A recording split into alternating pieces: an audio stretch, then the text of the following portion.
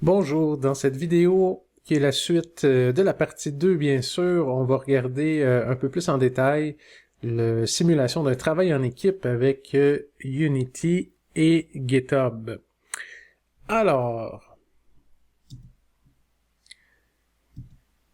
qu'est-ce qu'on va voir plus particulièrement dans cette leçon? Configuration de votre repository ou encore de votre dépôt. Ajout des membres de l'équipe. Alors, pour que tout le monde puisse avoir accès au projet Unity et participer à sa création. Création des branches, selon le modèle qu'on a vu dans la vidéo précédente. Et comment faire les demandes de tirage au moment où on est prêt à ramener notre développement vers la branche de développement ou encore vers la branche principale. Rappelons-nous les bonnes pratiques quand on travaille en équipe avec Unity. Alors, ça va être important de ne pas travailler sur les mêmes fichiers du projet. On s'entend, tout le monde travaille sur le même projet, sur différentes versions, différentes branches, mais dans le même projet. Mais on ne travaille pas directement sur la même scène, sur les mêmes scripts ou autres fichiers pour éviter les problèmes de fusion. On va maximiser l'utilisation des prefabs. On va faire des copies régulièrement. On va utiliser différentes scènes pour le développement sur les branches et on va apprendre comment combiner à partir des différentes scènes. Une seule personne devra avoir le contrôle des vraies scènes.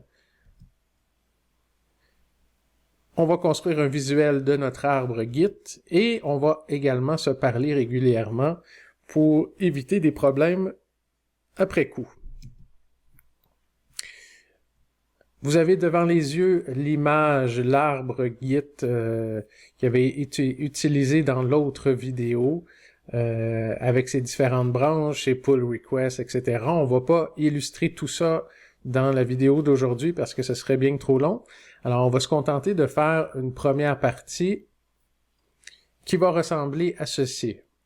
Alors, création du projet, configuration des utilisateurs, création des branches, de la branche de développement principalement, de deux branches de création, Bob et Jane, et on va ramener tout ça progressivement sur notre branche de développement et sur notre branche principale. Voilà. Alors, on se lance. Première chose, un des membres de l'équipe va créer le projet Unity. C'est la première étape, évidemment. Alors, je vais créer mon projet. Et pour certaines parties, pour éviter que ça soit trop long, ben, je vais me taire et accélérer le processus.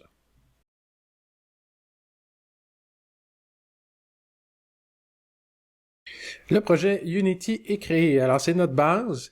La deuxième étape, ça va être de configurer GitHub correctement.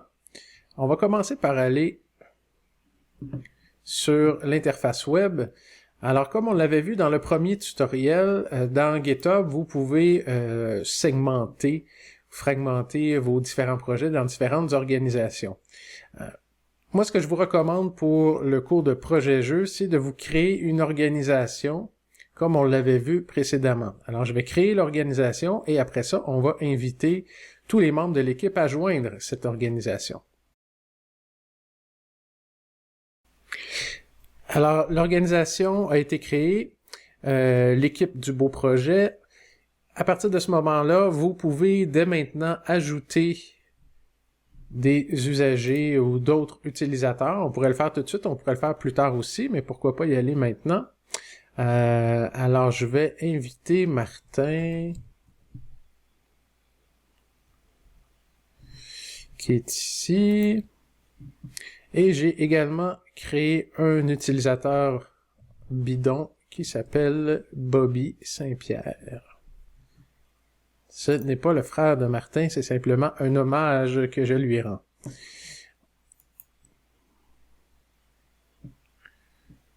On va passer à l'accélérer cette partie-là. Parfait. Alors, notre organisation est créée. On a invité directement des gens à s'y joindre. On peut le voir ici. Alors, si je reviens à la base, Je sélectionne mon organisation, l'équipe du beau projet. Parfait. On n'a pas de repository pour le moment. Si on va voir les personnes. Alors, j'ai envoyé 2 invitations. On voit que moi, j'y suis. Les 2 invitations que j'ai faites tantôt, on les voit ici. Alors, à partir du moment où ils vont être acceptés, ben, ces gens-là vont rejoindre l'organisation. Ce qui est important quand vous avez une organisation et que vous invitez des gens dans cette organisation-là, ben, ces gens-là vont avoir accès à l'ensemble des repositories de cette organisation-là. Alors ça, c'est une des façons de procéder. On aurait pu y aller directement par repository aussi, mais pour le cours de projet en équipe, moi, je vous conseille vraiment d'y aller avec une organisation. Alors, une fois que vous avez ajouté les membres de votre équipe à l'organisation que vous avez créée, ça va être important de leur donner les bonnes permissions, les bons accès pour qu'il y ait des droits en écriture, pour qu'ils puissent faire des modifications au repository, des modifications aux branches, etc. Alors, ça va se passer dans People. On va aller voir ça. Donc, dans mon exemple ici, j'ai 2 utilisateurs, Matevos ici, qui est le owner. Donc, lui, évidemment, a les droits, tous les droits pour pouvoir faire des modifications.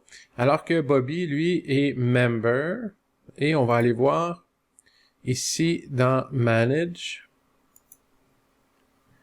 que pour le moment, il est en read seulement, donc en lecture sur le repository. Il peut le voir, mais il peut pas faire de modification.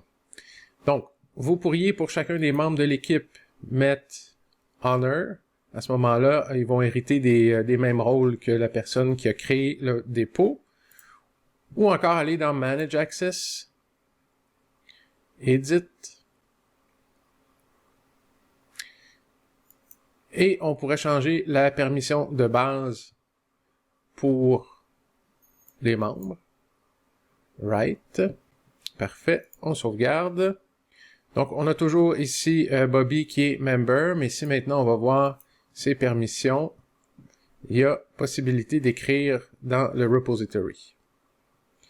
Donc, si vous ne faites pas ça, ça va vous créer des problèmes plus tard qui pourront être résolus de la même façon. Là, si éventuellement vous vous rendez compte qu'il y a quelqu'un qui n'est pas en mesure de publier, de faire un push de sa branche, qu'on lui dit qu'il n'y a pas les droits nécessaires, ben, il faut aller dans les permissions ici pour faire les modifications. Alors, on a notre organisation, nos invitations sont envoyées. Maintenant, ce qu'on va faire, c'est qu'on va aller dans GitHub Desktop qui n'est pas ouvert, que je vais ouvrir à l'instant. Voilà. Alors, on est devant GitHub. On n'a toujours pas notre repository. On a créé notre projet Unity. Là, il y a une personne qui va avoir la charge de transformer ce dossier de projet-là en repository. Alors, on va y aller par le menu ici. Add existing repository. On navigue vers le dossier qui s'appelle Mon beau jeu. Ouvrir. Et là, il nous dit, ce n'est pas un repository. Veux-tu en créer un? Bien sûr. On pourrait mettre une description si on veut. Un README également. Et ce qui est important, c'est de choisir notre git ignore et de choisir Unity. Voilà, ici.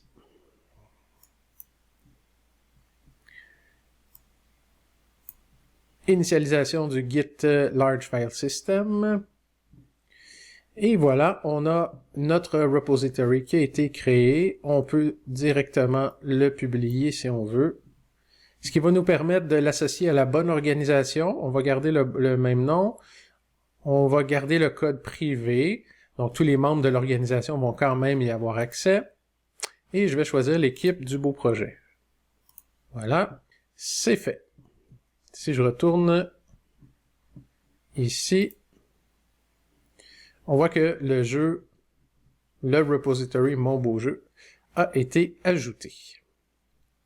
L'étape suivante, donc les membres vont devoir, ou les gens qu'on a invités vont devoir accepter l'invitation et vont devoir également tirer ce projet-là sur leur propre ordinateur. Alors, on change de personnage. Alors, pour la simulation, je suis maintenant Bobby Saint-Pierre qui, sur son ordinateur, comme vous le voyez, a reçu une invitation pour joindre l'organisation, l'équipe du beau projet.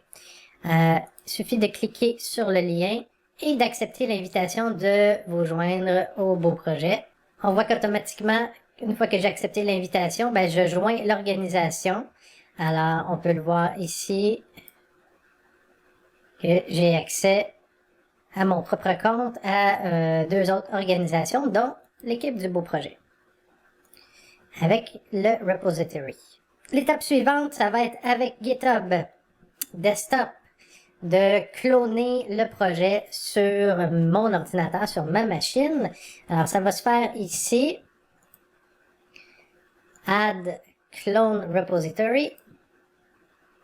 Et normalement, je devrais le retrouver dans la liste ici. Si ce n'est pas le cas, on peut rafraîchir.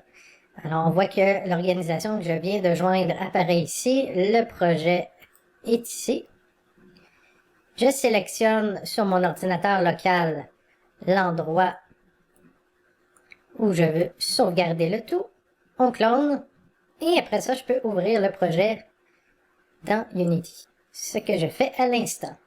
Retournons maintenant à notre autre utilisateur, Mathieu. Nous voici de retour. Notre organisation est créée. On a invité tous les membres de l'équipe. Chaque membre de l'équipe a tiré sur son propre ordinateur le repository du projet. Alors, on est prêt à commencer le développement, mais juste avant, on va créer nos branches de développement, c'est-à-dire la branche Dev, la branche pour Mathieu et la branche pour Bobby pour que chacun puisse travailler indépendamment. Alors, ça va se faire généralement le directeur technique ou encore la personne qui est responsable du versionnage va créer ces branches-là. On va partir de GitHub Desktop. Voilà, on s'assure qu'on est dans le bon repository. On voit présentement qu'on est sur la branche principale. La première branche qu'on va créer, c'est la branche de développement. Alors, j'y vais, New Branch. On va l'appeler tout simplement Dev. On peut la publier tout de suite si on veut. Alors pour le moment, notre branche Dev est une copie identique de notre branche principale. C'est normal, on n'a pas commencé le développement encore. À partir de la branche de développement, et là c'est important quand même de suivre cette étape-là, on va pas partir de la branche main, on va partir de la branche développement et on va, se créer une nouvelle branche que je vais nommer au nom de mes développeurs. Alors dans un premier temps, la branche de Mathieu. Je pourrais lui ajouter également une précision quant à la nature de la fonctionnalité sur laquelle je vais travailler. Alors Mathieu, disons que lui va travailler sur les personnages. Alors on doit choisir ici à partir de quelle branche on va partir. Est-ce qu'on part du main ou on part de dev? On part de dev. On crée la branche. On peut tout de suite la publier également. Et je vais en créer une autre pour Bobby. Alors, je vais donner le nom Bobby et ce sur quoi il va travailler. Disons qu'il va travailler sur le décor.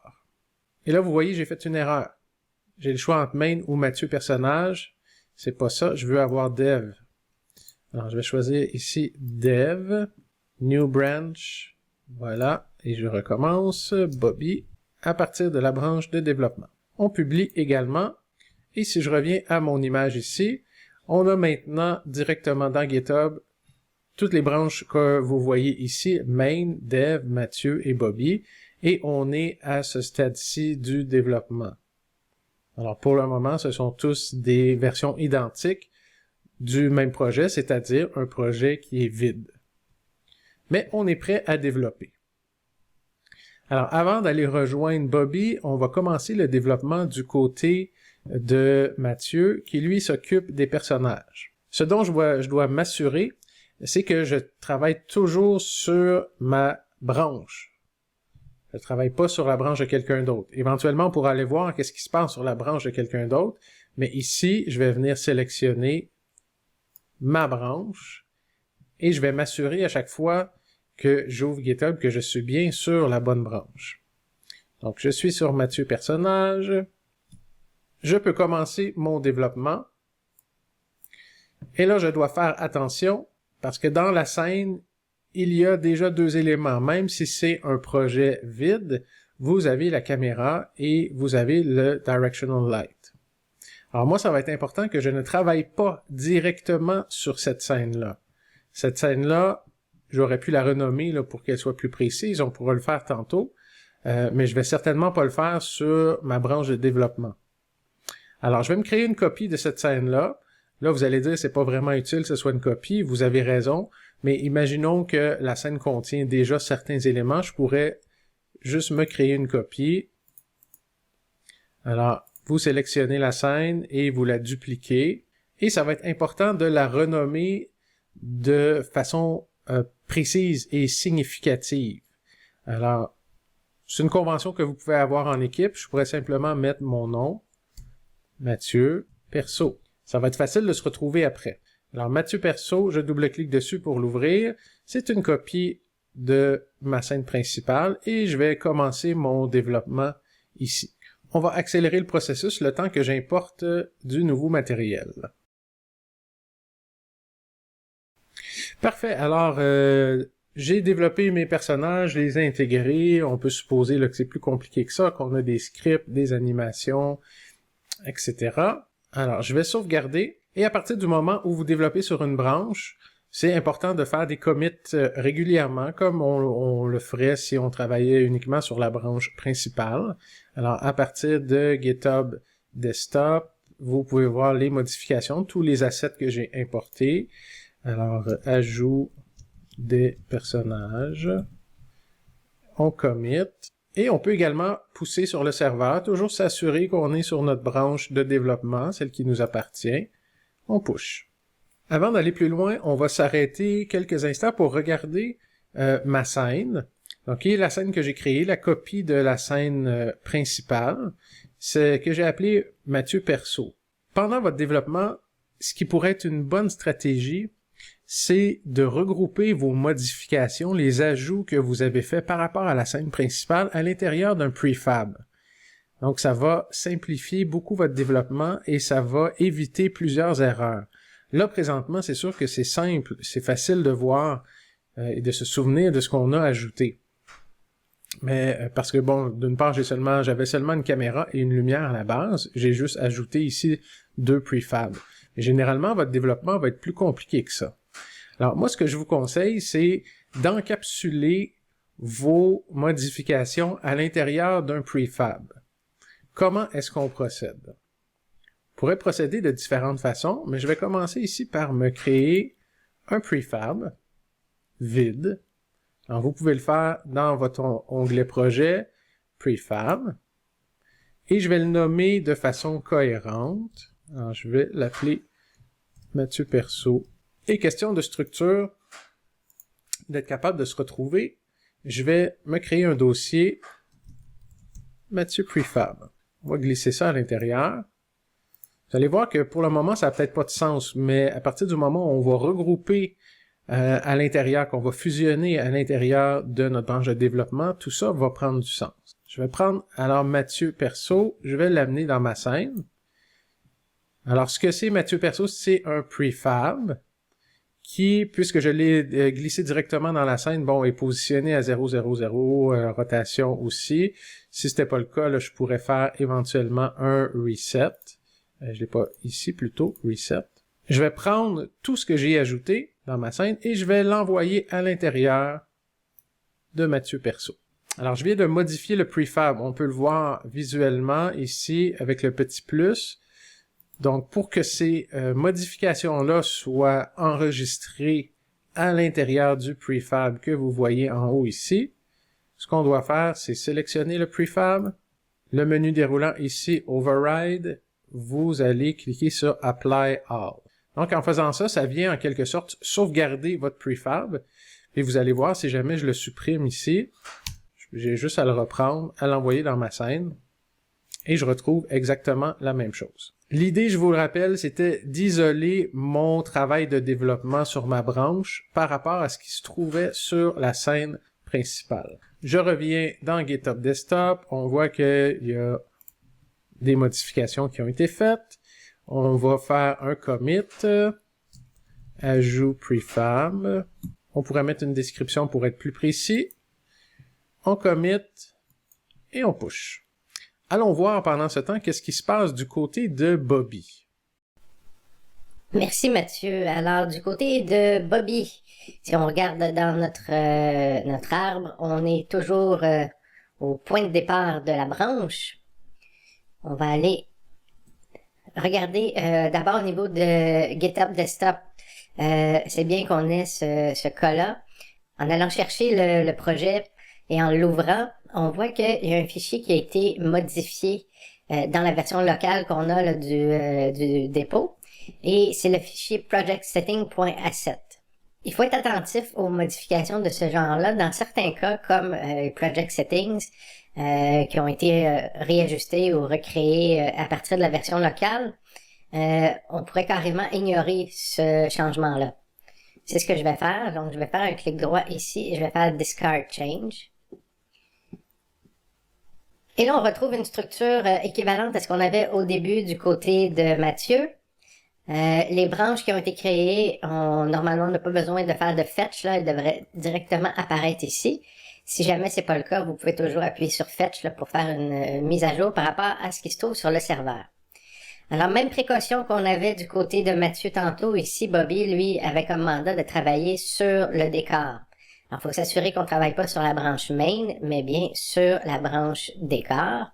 Et on peut maintenant commencer le développement du côté du décor. Par défaut, vous voyez, on a récupéré la scène là, qui venait de la branche main, qui est une scène vide pour le moment, puisque notre projet est au tout début. On va utiliser la même stratégie qu'on avait fait du côté de Mathieu. Alors, je vais me créer une nouvelle scène que je vais appeler Bobby Décor. Alors, faites attention quand vous créez une scène comme ça, c'est pas nécessairement elle qui va s'ouvrir. En fait, elle va juste pas s'ouvrir. C'est la scène dans laquelle on était qui reste ouverte. Il faut vraiment double-cliquer dessus pour pouvoir l'ouvrir et commencer à l'éditer. Alors voilà, Bobby va créer maintenant son décor. Parfait, le décor de Bobby est créé, du moins la première partie. J'attire aussi votre attention, si vous regardez bien les assets ici, j'ai seulement mes propres assets sur ma branche. Tout ce que a développé Mathieu de son côté n'apparaît pas. On est pourtant dans le même projet, mais on est sur des branches différentes, donc des versions différentes. Bobby pourrait utiliser la même stratégie qu'on a vue avec Mathieu tantôt. Alors, pour faciliter les modifications subséquentes, de regrouper tous ces changements, alors tout ce qui est ajouté dans la scène, c'est-à-dire les arbres et le plancher, et mettre ça à l'intérieur d'un prefab. Alors, ça facilite grandement le travail quand on est de retour à la branche principale, mais il y a quand même d'autres moyens de faire, et supposons, pour le bénéfice de l'exemple, que Bobby ne fait pas ça. Donc, il a créé sa scène, il a fait ses modifications, il sauvegarde, on retourne dans GitHub. On voit que toutes les modifications apportées par Bobby se retrouvent ici, les assets, la création de la scène, etc. Alors, maintenant, ce qu'on va faire, c'est qu'on va faire notre commit, ajout du décor. On fait notre commit et on envoie le tout sur le serveur. Donc, à ce stade-ci, on est rendu dans notre schématisation, notre arbre ici, où Mathieu et Bobby auraient complété le développement de chacun de leurs fonctionnalités et ils souhaitent maintenant ramener ça sur la branche dev. On va retourner du côté de Mathieu. Alors, du côté de Mathieu, maintenant, on est prêt à faire la demande de tirage, le pull request. Auparavant, on va quand même regarder notre structure ici. Alors, on a notre branche principale, on a notre branche de développement actuel, on a notre dev et on a notre Bobby décor. Donc, ce qu'on va faire, juste avant de faire notre pull request, je vais vous montrer qu'on peut quand même aller voir ce qui se passe sur les branches de nos collègues qui travaillent. Il faut cependant s'assurer que notre version est bien sauvegardée. Alors, par exemple, si je veux aller jeter un œil du côté de Bobby, ben, je pourrais changer de branche, choisir Bobby décor. Je viens dans Unity, on lui laisse le temps de recharger.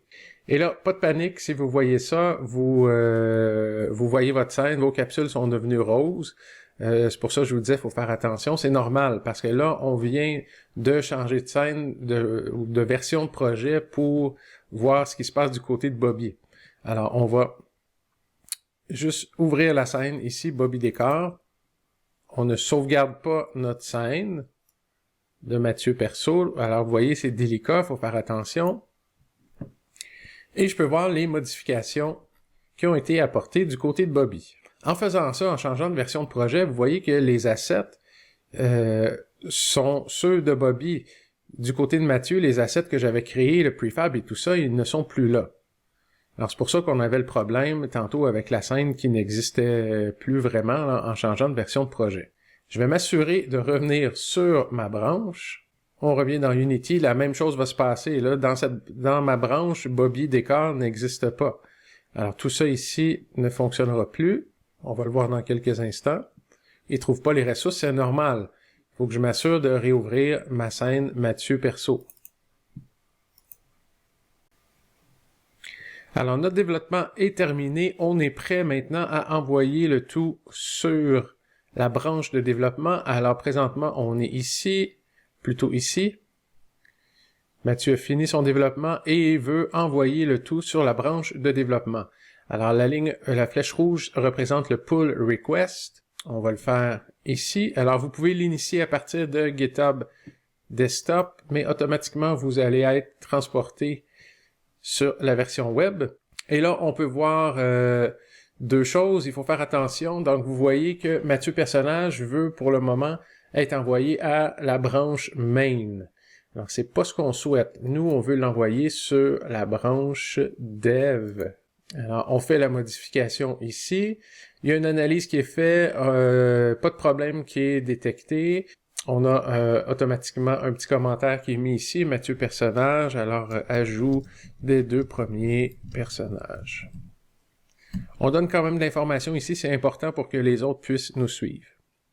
On va créer le pull request. Et là, normalement, c'est pas la même personne qui va faire ça. Donc, le pull request a été fait et là, le directeur technique ou encore le responsable du versionnage va venir vérifier de quoi il est question avec ce pull request-là. Dans ce cas-ci, ça va bien parce que on nous indique qu'il n'y a pas de conflit, mais on pourrait quand même regarder les détails ici en cliquant sur chacun des liens. Alors, si par exemple je veux refuser, je pourrais écrire un commentaire « Je refuse parce qu'il y a un problème » et patati patata, et je pourrais fermer le pull request ou encore le commenter. Si je veux l'accepter, je vais faire « Merge pull request », on confirme, et normalement on devrait se retrouver ici sur notre branche de développement avec les modifications faites sur la branche de Mathieu. On va aller vérifier ça et on va aller sur la branche donc de développement. Parfait. On retourne dans Unity. Là, on a changé notre branche ici. On est sur la branche de développement. On va aller voir qu'est-ce qui s'est passé. Alors, sur la branche de développement, on peut voir que j'ai mon sample scene. J'ai Mathieu Perso, donc ce qui était sur la branche de Mathieu a été ajouté. La scène ici, Mathieu Perso, le dossier Mathieu Prefab avec le Prefab aussi, et les différents assets que j'ai importés. Maintenant, je ferai pas une troisième personne, mais imaginons que je suis le responsable du level design ou de l'intégration. Ma scène ici, qui est ma scène de base, je vous dirais, comment est-ce que je peux faire pour amener le développement que Mathieu a fait? Là, vous allez me dire, ta scène est vide, tu pourrais carrément partir de cette scène-là ici. Vous avez raison. Mais imaginons que notre sample scene, que je pourrais d'ailleurs renommer niveau 1. Donc, imaginons qu'elle contient des choses. Puisque Mathieu a eu une bonne méthodologie de travail, alors lui, toutes les modifications qu'il a fait ont été intégrées à l'intérieur d'un prefab.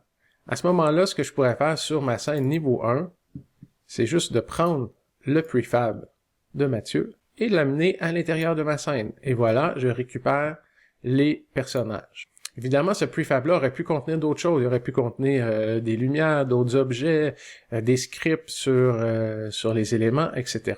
Là, on est dans un exemple qui est simple. À partir de ce moment-là, je peux garder... c'est sûr que ça ici, je dois le garder. Je pourrais supprimer la scène Mathieu Perso ou la garder en réserve au cas où je vais y revenir de façon indépendante de ma scène niveau 1. On va faire le même principe maintenant, mais à partir de la branche de Bobby. Alors, du côté de Bobby, on est prêt à faire la même chose, c'est-à-dire une demande de tirage pour envoyer mon décor à l'intérieur de la branche de développement. On va initier le pull request à partir de GitHub Desktop. On s'assure d'être sur la bonne branche. On va être dirigé vers la version web. Et là, il faut faire attention. On compare quoi, on veut intégrer quoi dans quoi. Alors, Bobby Décor, on ne veut pas l'envoyer dans Main, on veut l'envoyer dans Dev. Alors, on nous indique que tout a l'air de bien se passer. Ajout des arbres du décor. On crée le pull request. Et à partir de ce moment-là, ça devrait être le directeur de l'intégration ou encore le directeur technique qui vérifie si tout est correct avant de faire le merge. Dans ce cas-ci, on va y aller. Merge. Confirme. Parfait. Ça a été fait. On peut revenir dans GitHub Desktop. On fait notre fetch.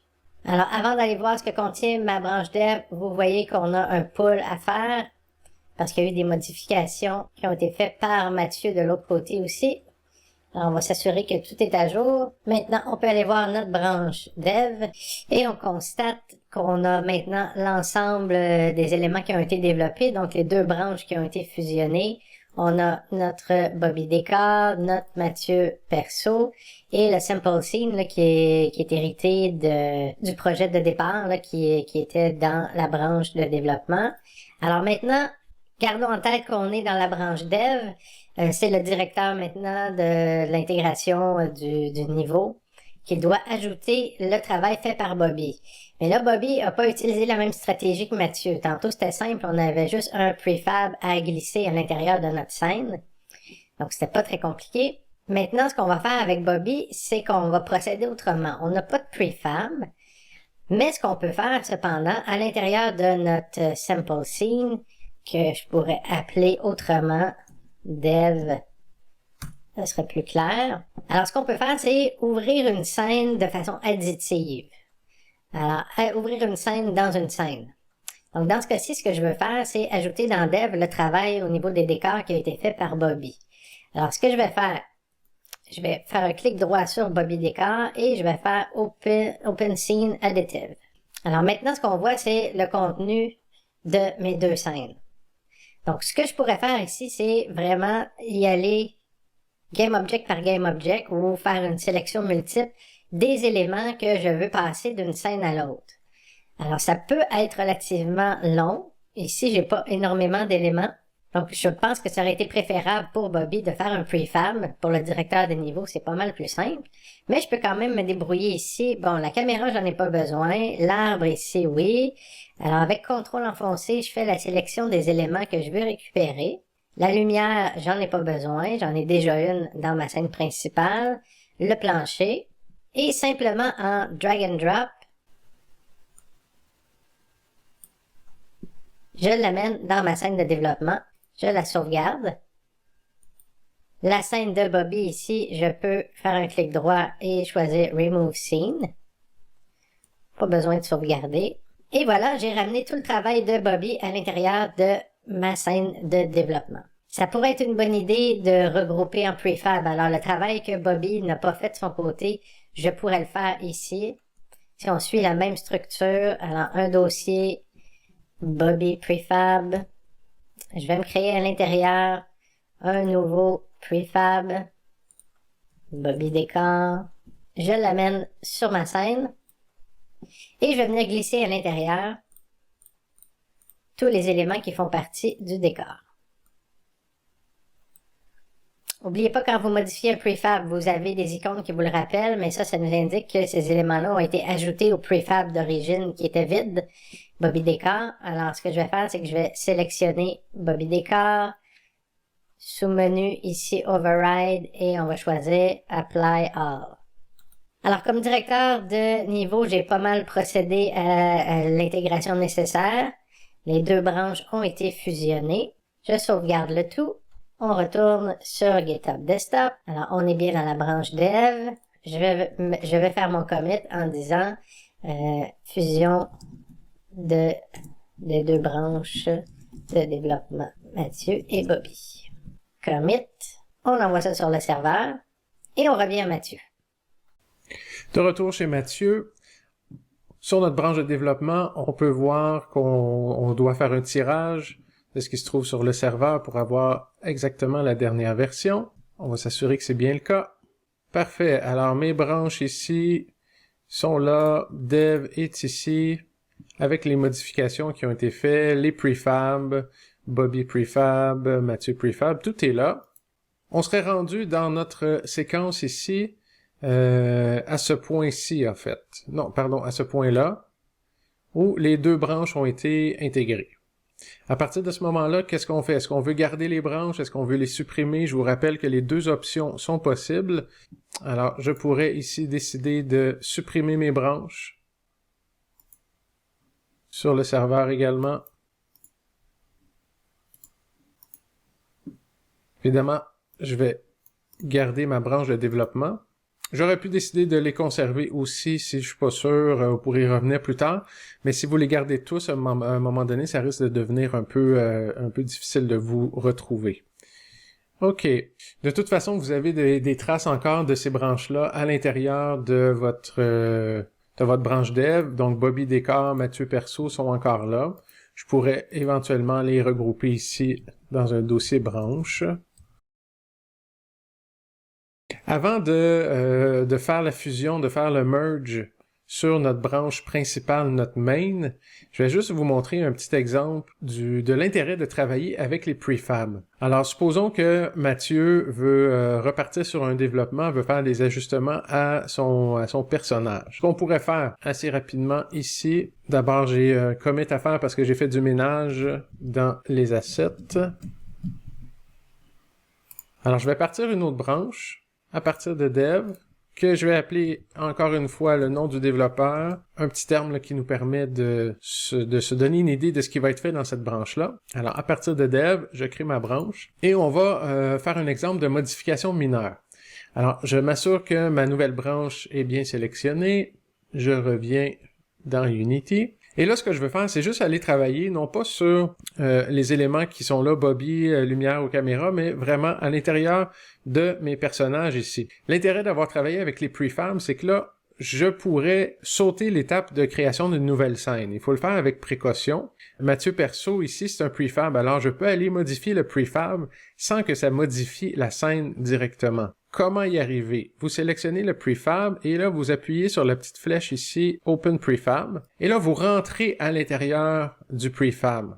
Vous n'êtes plus comme tel dans la scène, vous êtes dans le prefab. Il se peut que de votre côté, vous ayez quelque chose comme ça, que ça soit grisé ici pour vous montrer que vous êtes dans un prefab.